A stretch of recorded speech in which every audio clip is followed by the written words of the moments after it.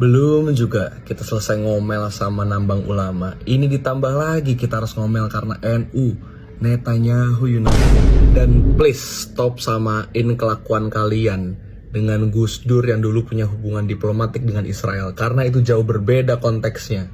Gue terangkan. Gue kasih konteks dulu ya. Baru-baru ini 5 sosok muda Nahdien bertemu Presiden Israel langsung di Israel pula. Ingat ya, Israel tuh ada Perdana Menteri, ada Presiden. Beberapa dari mereka adalah pengurus PBNU. Bahkan salah satunya, Zainul Ma'rif, adalah dosen di Univ Nahdlatul Ulama Indonesia. Manusia ini bahkan bisa-bisa bikin postingan IG dan bilang bahwa dirinya adalah filsuf agamawan, bukan demonstran. Kok bisa ya overclaim kayak gitu, kayak anak jaksel aja.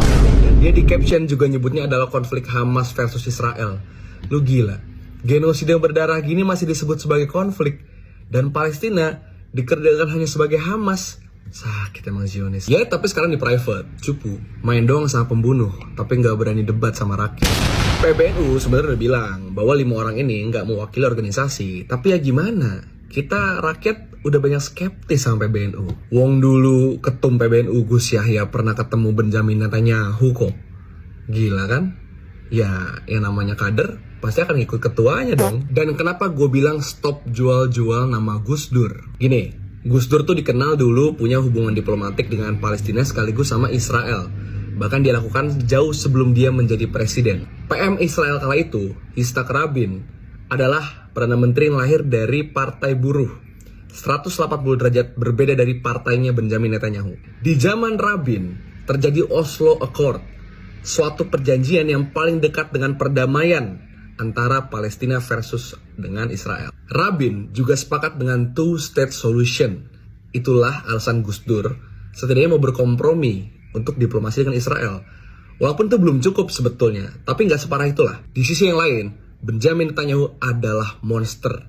Dia adalah bentuk terburuk pemimpin sayap kanan Zionis Israel.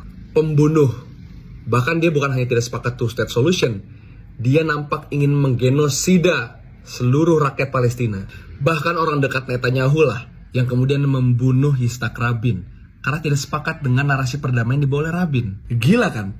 Netanyahu ini pure adalah seorang pembunuh berdarah dingin. Gus Dur pasti najis kalau harus berdiplomasi dengan Israel. Kalau PM-nya adalah Netanyahu, Gus Dur gak akan mau. Jadi lo oknum-oknum Nahdien, jangan jual-jual nama Gus Dur terus kalau kalian ternyata hanya makan uang haram dari Zionis. Lagi pula gaya banget sih kalian merasa bisa mempengaruhi Israel hanya berlima itu, dikala presiden-presiden negara lain aja gak didengar sama Israel, PBB aja gak didengar sama Israel, International Criminal Court aja gak didengar sama Israel. Coba sebelum kalian berusaha untuk mengubah pikiran Israel, latihan dulu di Indonesia.